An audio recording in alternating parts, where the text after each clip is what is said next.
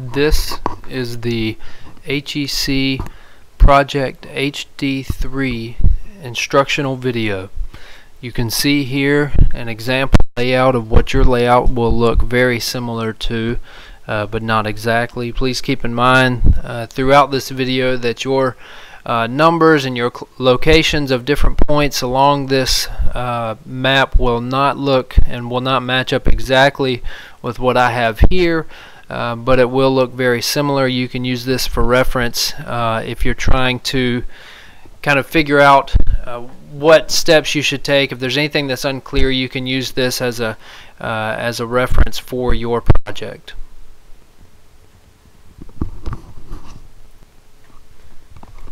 The instructional video will not follow the same steps that you see in your instructional handout. As you can see, this isn't your typical set of project instructions. These look slightly different from what you've seen so far with the projects. Essentially what they've done is, or what we've done is broken this out into the different roadways. You've got NC 125, Ramp A, and Loop A, and then also I-95, all broken out into different sections. Really, they're not really steps, they're sections. But what I'm going to do is I'm kind of going to bounce around in what you have in your pavement layout instructions. I don't do this to confuse you. I actually do this because I believe this is going to make the most sense in terms of the steps that you should take as you do this project. We'll start with NC 125, and then we're going to bounce around a little bit to Ramp A and Loop A, as you're going to have some information and some of the layout specifications from Ramp A and Loop A in order to draw certain parts of your NC 125 pavement layout. So on NC 125, where there are no turn lanes, the pavement should be 24 feet wide. And there's only one lane per direction, so this means 12-foot lanes. So what I would do here is you can draw a continuous 12-foot offset line on each side of your center line. If I zoom in here, it's hard to see, but there is a red center line, the new red center line that goes through here. Just draw a continuous 12-foot offset line on each side from the beginning of NC 125 to the end.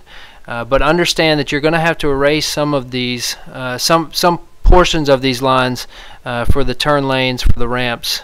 So you'll want to lightly sketch those lines, even on the outside of NC 125, as the pavement's going to widen a little bit, even on the outside. So don't sketch those in hard or with your red pencil just yet.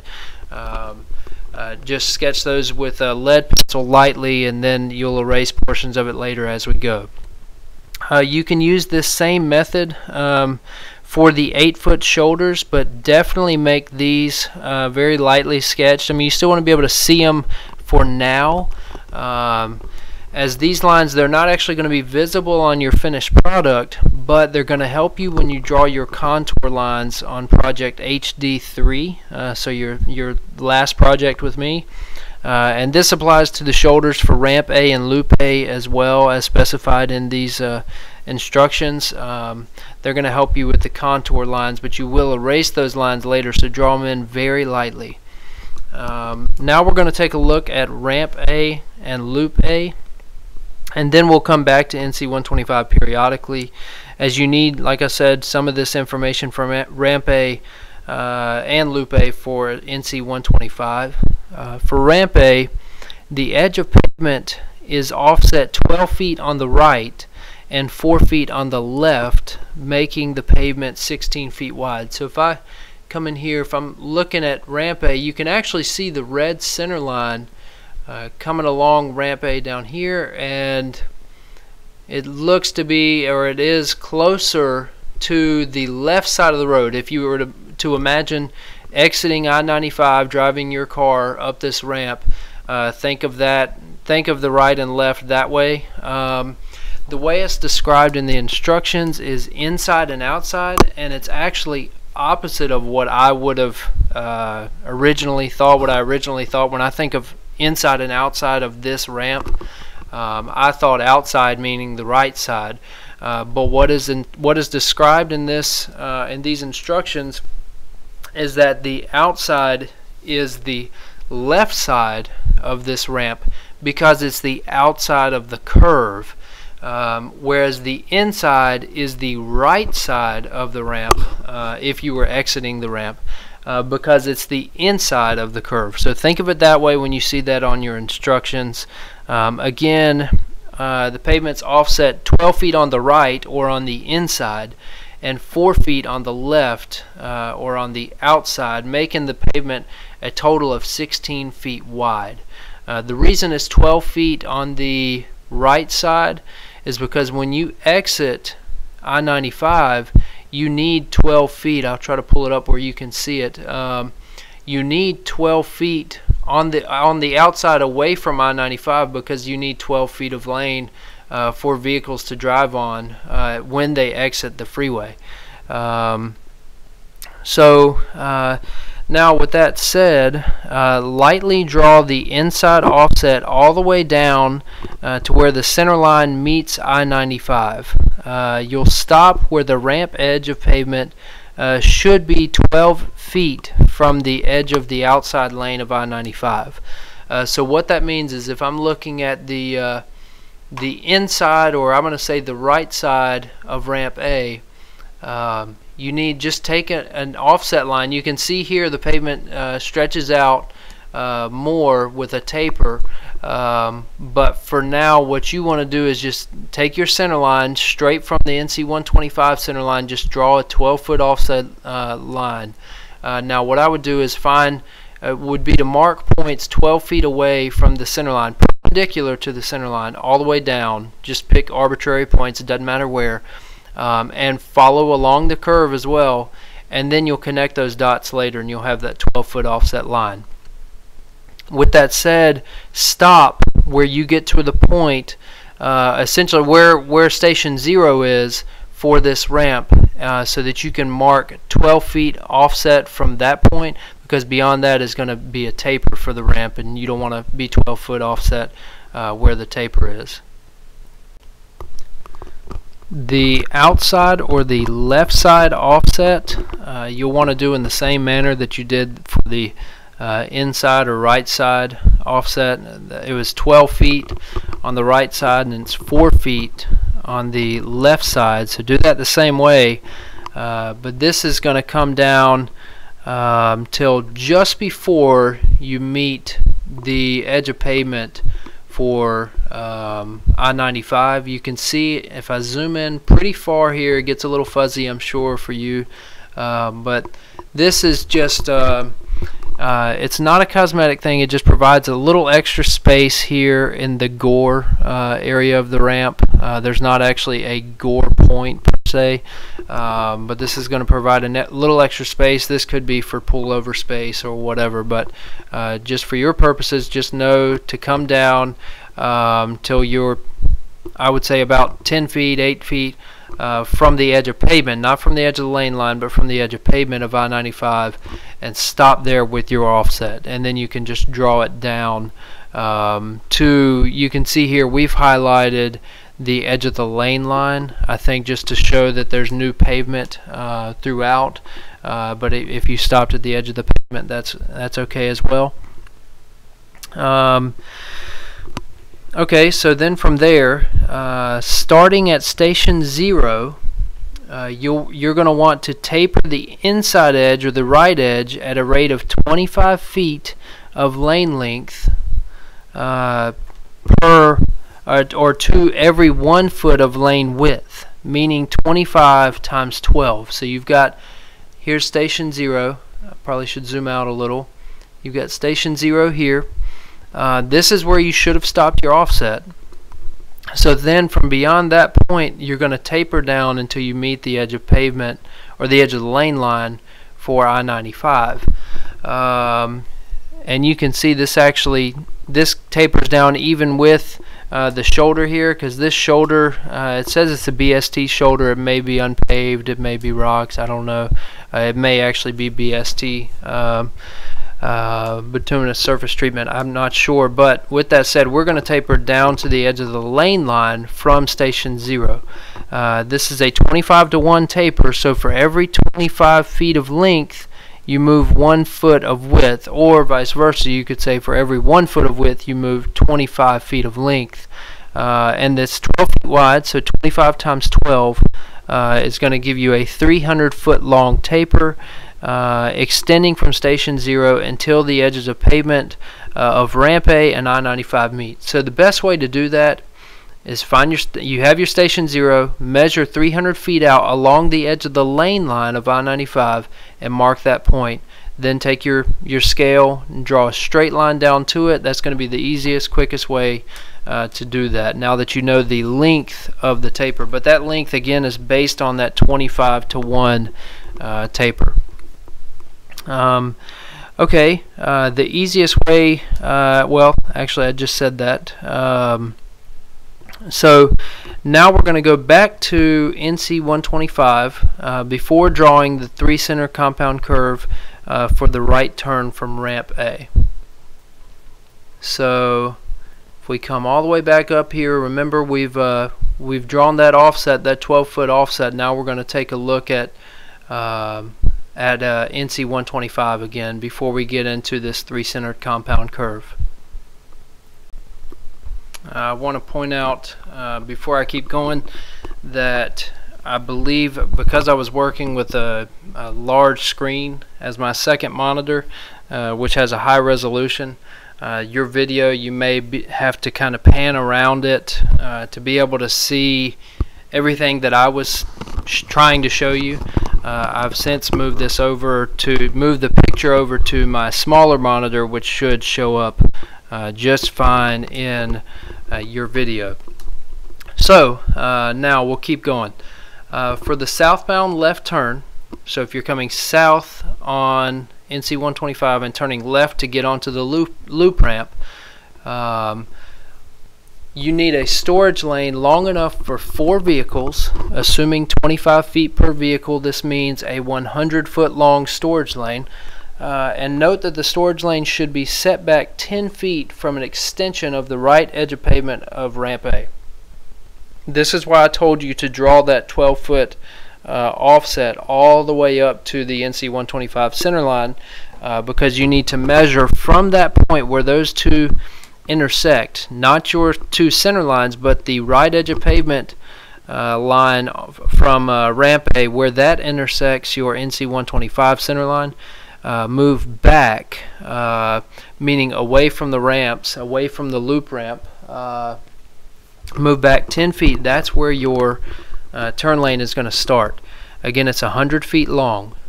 When you're drawing the turn lane and the taper, because there is a 180-foot taper, it's a 15-to-1 taper, so it's 180 feet. Keep in mind that these are still centered on the center line, meaning the storage lane edges will be a 6-foot offset from the center line, and the taper is going to center on the center line as well. So mark a point on the center line 180 feet back from the start of the storage lane, as this is where your taper will end based on the 15-to-1 taper. Now lightly draw the lane edges tapering to that point so you have a storage lane drawn. I'll zoom in just to say that one more time. You can see here, this is my red center line here for NC 125. These are the two lane line edges for the turn lane. So the center line, or the turn lane, is centered on the center line. So the same way you did your ramp offsets, your 12-foot and 4-foot offsets for the ramp, do 6-foot offsets from the center line for 100 feet for your storage lane, for your left turn lane. Then from there, what you're going to want to do is find where the end of that storage lane is on the center line. So just kind of draw a line straight across where your storage lane ends from one side to the other, and then measure on your center line 180 feet back and mark that point. We're going to I'm not sure that this drawing is showing the same thing, but what I want to do for simplicity's sake, and it'll look maybe a little neater, is mark that 180 foot back. That's a 15-to-1 taper times 12 feet is 180 feet. I believe that's 180 feet. So you'll mark that back on the center line, and you're essentially going to taper down. So very lightly draw a taper down to the center line from the end of your storage lane. Remember that the northbound through lane for NC 125 is 12 feet wide. You want to lightly sketch this offset from the turn lane that you just drew, from that left turn lane, to get the edge of pavement on the right side of NC 125. That'll be the right side if you're going northbound. So again, you just drew this turn lane. It's a little hard to see here, but you just drew that. Now you can even, I think, see a really lightly sketched 12-foot offset line from that turn lane. You can go ahead and draw that up to where the turn lane taper ends, and actually you can continue that up into this intersection here if you'd like. That way you'll have that right side drawn. After that, you'll want to watch the kind of, I guess you could say, crudely made video for a three-centered compound curve. It's not a, I think I made that video last year, and it's not going to be really great quality, but it's going to give you a good hands-on lesson of how to use or how to draw a three-centered compound curve. And then you're going to want to draw the appropriate curve for a WB50 truck for the right turn from ramp A onto NC 125. You can double check your drawing by overlaying the design template in your book on your drawing. So you have a design template. It's actually drawn to scale, I believe, so you could overlay that and maybe shine a light underneath it or something, put your phone under with a flashlight, and you may be able to see if it fits. But watch that video on three-centered compound curves, and then you're going to draw this end, this taper, from the ramp, from the off-ramp to turning right going northbound on NC 125. Now go ahead and draw the pavement width for loop A, which is 20 feet wide. It's a 12-foot offset to the inside of the loop center line and an 8-foot offset to the outside of the loop center line. So if I'm looking at this, it's difficult to tell because 12 and 8 are pretty close, but the inside in this case, like I said before, is the inside of the curve, and the outside is the outside of the curve, which I guess makes a little more sense than the ramp when I think of inside and outside the way we've described it in the instructions. So the inside of the curve, if you were entering this loop ramp and getting onto I-95, the inside is going to be your right side, and the outside is going to be your left side. So again, 20 feet wide, 12 foot to the inside, because that's what's going to enter I-95. You want to provide an acceleration lane, so you need 12 feet from the edge of the lane line of I-95 for your acceleration lane. So go ahead and draw those, and draw these offsets from NC 125 to station 0 for loop A. But draw them lightly, as you'll have to erase some at where they meet, where NC 125 and loop A meet. You can see that down here. We kind of did the same thing here that we did with the ramp, with ramp A, that we drew this kind of this extra little chunk of pavement here. Again, maybe it's a pullover spot, maybe it just is easier to construct instead of constructing a sharp gore point out of pavement.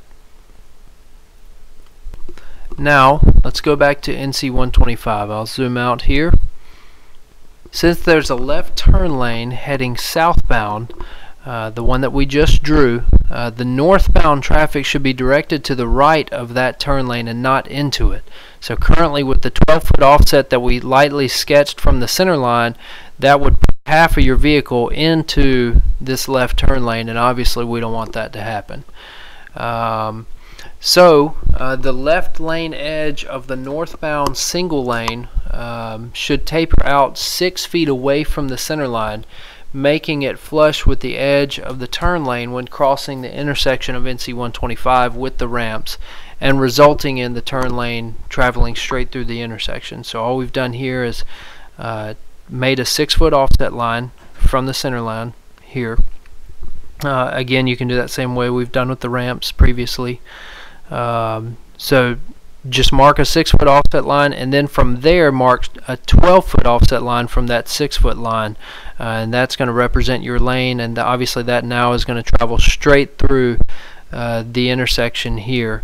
So, and you can draw those back approximately, I would say, 200 feet. That's going to provide an adequate length for this taper. The length and the starting point of the taper really depends on the length of the right turn that opens up on the northbound NC 125 for entering Loop A, which you can see here. This taper opens up even wider beyond 12 foot from the median, because you're going to have that turn lane offset so that vehicles can get over there and not block the through traffic. And since we know the northbound lane is straight through the intersection, again, the edge of the median is offset 6 feet from the center line, with a 12-foot lane offset beyond that. You'll draw these again for about 200 feet below the intersection, just to ensure, like I said, that we cover the straight portion of the roadway. So if you draw those in, again, do it lightly, because we'll have to erase a lot of that when we're done when we get to that part of the project.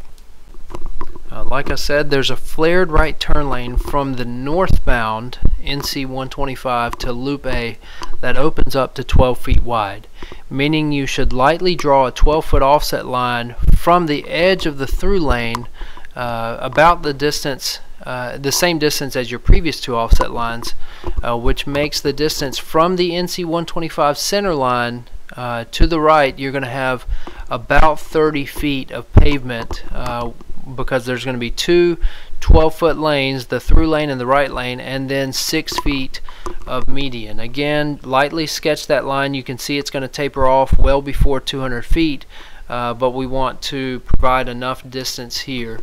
And the reason being, there's going to be another 3-centered compound curve you're going to have to draw from NC 125 onto the loop ramp.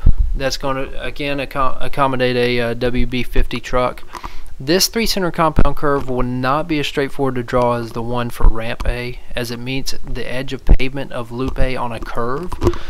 So this will likely take some trial and error. So you can see here, it doesn't just come to a straight line, it actually curves. So you're going to have to make this edge of pavement somewhere along here, and this edge of pavement along here, that offset line you just drew. You're going to have to make those meet with a WB50 3-centered compound curve. So you may draw it in one time and it may not meet over here. It may go too far in, and then you slide it down and may go too far out. So lightly sketch it until you can kind of accurately pinpoint where that WB50 3-centered compound curve is going to meet both edges of pavement and look appropriate, and actually work appropriately as well. Once you've correctly drawn the 3-centered compound curve from NC 125 to Loop A, you know that the taper extends 240 feet below the point where the compound curve meets the edge of pavement at NC 125. So once you've got this curve drawn in, you know that this taper here on the edge of pavement for NC 125 is 240 feet long.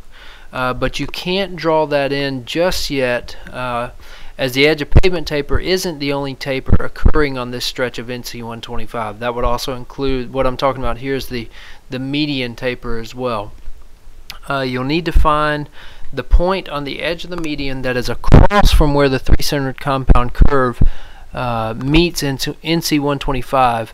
In other words, take a line perpendicular to the travel direction of NC 125 from the end of the compound curve to where it meets the median. So draw a line over from wherever this curve, the edge of that offset, that 12-foot or 24 feet of pavement offset is that you drew previously, and where that meets where the three-center compound curve meets that point or that line, draw a line perpendicular this direction all the way over to the median.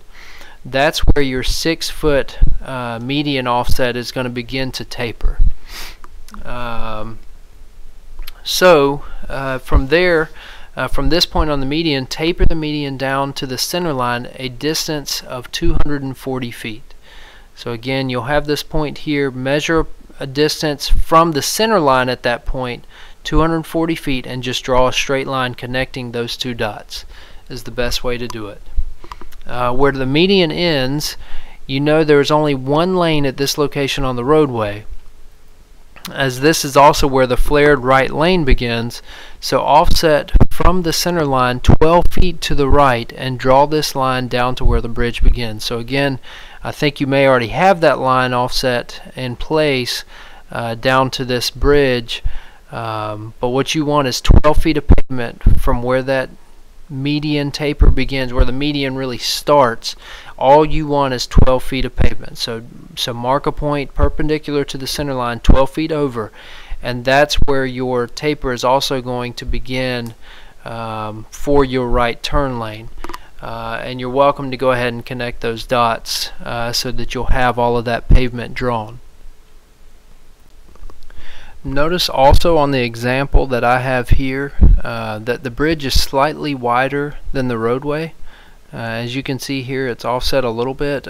2 feet wider is reasonable, and this width should continue down the rest of the length of the bridge. The new bridge ends at the same location that the old bridge ended. So you can see down here they end in the same location. You don't have to continue NC 125 beyond that. In fact, I think you'll end right here at the bottom of this page. I'm not sure, but again, if that means that if the bridge is 24 feet wide here on NC 125 before the bridge, then it would be 28 feet wide on the bridge. And really, I don't know that I want you to draw this side of the bridge just yet, the left side if you're going northbound. Just draw the right side, and that would be offset 14 feet from the NC 125 center line. To complete loop A, draw a 12 foot wide, 1,000 foot long acceleration lane starting at station 0 on I-95. That's why I had you stop when you got down to station 0. So from there, I'm not exactly sure. I think they sketched in the shoulder. Yeah, so they sketched in the shoulder here. You can see it lightly says, I think it says 16 foot BST shoulder, but don't worry about that shoulder. I don't want you to do that. That's not included in the instruction, so I don't know why it's in the example here. But what I want you to do is from station 0, offset, you'll have, or you may already have, I think that may be a 10 foot shoulder there, so you'll actually have to draw another line that's offset 12 feet from the edge of the lane line of I-95 and make that 1,000 feet long. And once you get to the end of that 1,000 feet, then you're going to need a taper. And this is a 25-to-1 taper. So this is going to be a 300 foot long taper, just like what you had when you were entering ramp A from I-95. So once you get to the end of that 1,000 feet, mark a point 300 feet down on the edge of the lane line of I-95 and then taper down to that point. Again, you've got a 10 foot BST shoulder previously, and you're looking for a 12 foot acceleration lane. So you can see there's two separate lines. You've got the dash line for the old shoulder, and now you've got this solid, what's now a blue line, for the new edge of the lane line for I-95. Again, I think what they did here previously was just drew in that 10 foot BST shoulder. You can do that if you would like, just because there is shoulder elsewhere on I-95, but that's not included in the instruction, so I don't expect that of you. But taper that down, and then at this point you'll have completed pretty much all of, or at least most of, ramp A and loop A, and you'll have the right hand side of NC 125. And now we're going to finish the drawing by completing the left hand side of NC 125. So at this point we already have the left turn lane from southbound NC 125 onto the loop, the on-ramp to get onto I-95. So what we're going to do, you should already have that lane line, in other words, and the taper. Granted, that taper is going to be essentially, you won't see it, but you should have tapered that down to that 180-foot point from the end of that that storage lane. So from there, now again, just like what we had to do with the northbound through lane, we didn't want that entering into this left turn lane. We didn't want them to have to swerve or maneuver to get around it. In the same way, we're not going to have a 12-foot offset from the center line for the southbound through lane either. We need to first have a 6-foot offset for the other side of the median, as that's going to match up with the 6-foot offset from the center line to the edge of the lane line for the storage lane in the southbound direction. So that way that southbound through traffic will travel straight down and won't have to swerve or turn at all through that intersection. They can just go in a straight line. So again, a 6-foot offset from the center line. You can extend that as far as you'd like. It doesn't matter. You just do it lightly because you'll have to erase some of it later. Now, where the median begins to taper on the other side of the median, so what we did in the northbound direction, start a taper on this side as well until you reach the end point of the median that you found previously.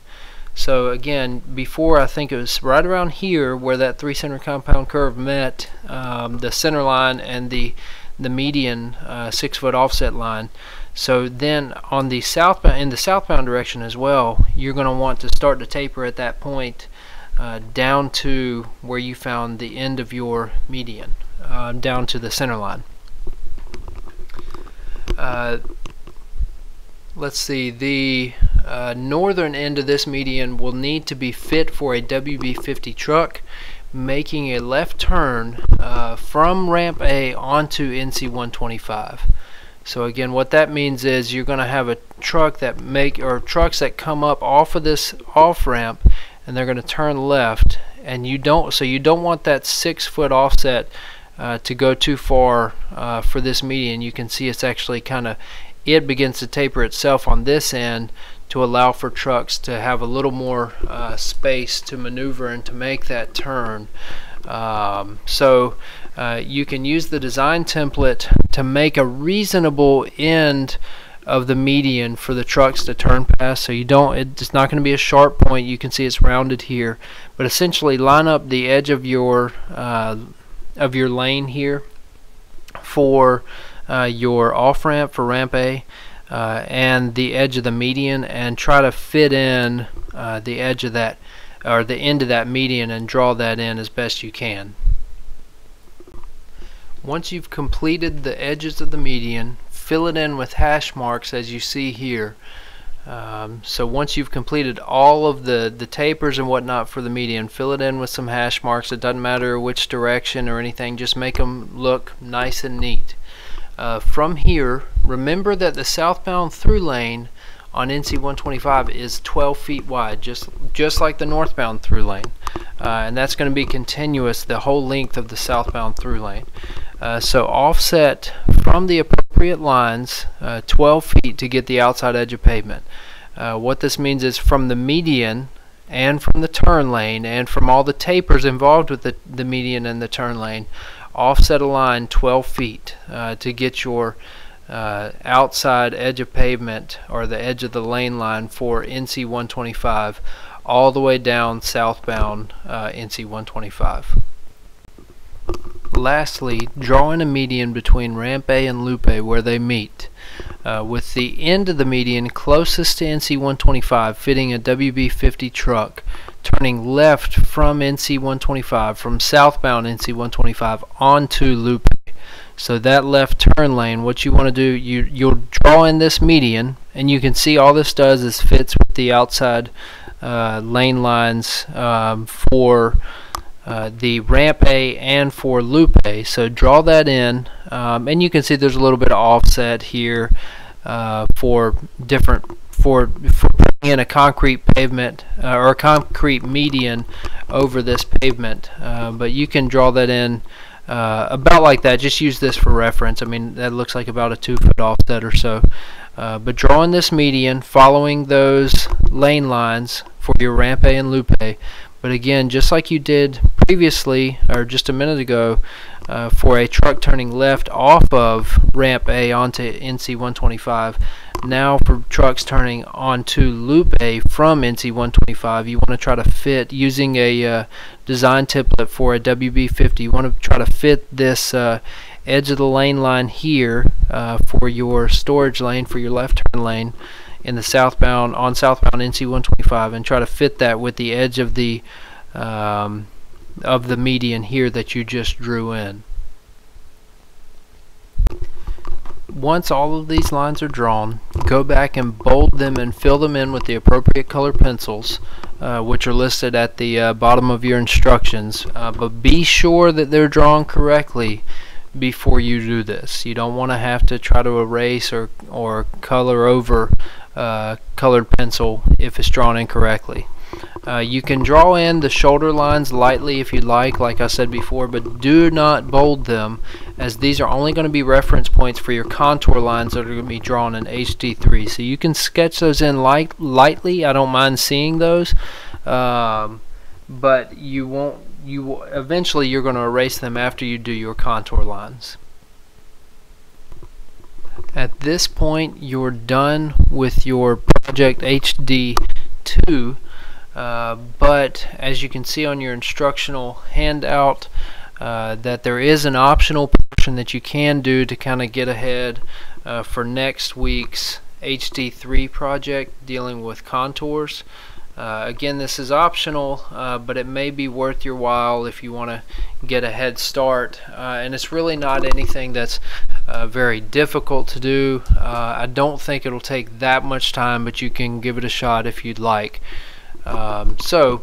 Use your vertical profile to extract 2-foot elevations that you will lightly label on your horizontal layouts. So if I pull up my vertical alignment, I would do one roadway at a time. So essentially what I'm going to do is I would find my 2-foot elevation, so maybe start with 154, 156, 158, 160, 62, so on and so forth.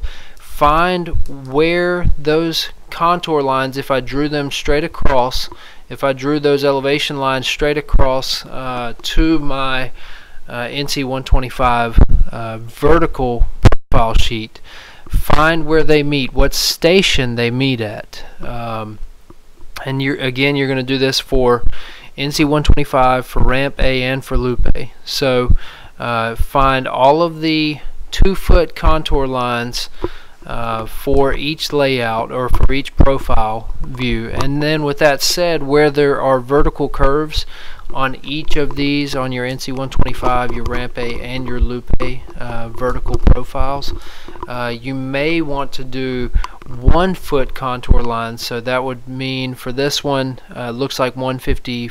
I do 154, but then I'd also probably want to do 155, 156, 157, 158, 159, and then 160. I can start going up by 2 again, just to ensure a little more accuracy through my vertical curves. So that's going to help you and give you a head start if you can pull those, and maybe if anything just write them in a table, just so you'll have them ready to do next week. But if you really want to get ahead, you can actually go to your horizontal alignment and mark those points very lightly if you'd like. That way you'll know where those contour lines are going to cross when you go to do that part of the project next week. You can also go ahead and calculate your low point and high point elevations for your vertical curves, as we've done in class. These are going to be used for an upcoming project to determine the appropriate locations for drainage inlets. So that's going to vary for everyone, because you all drew your vertical curves differently, but you know how to calculate those high and low points for your various curves, and you'll need those in the future. Not next week, but you will need those on another project coming up in the next few weeks. After you've done this, you are completely done with this instruction sheet for Project HD-2. Again, the last part was optional, but it may not be a bad idea to get a head start on that.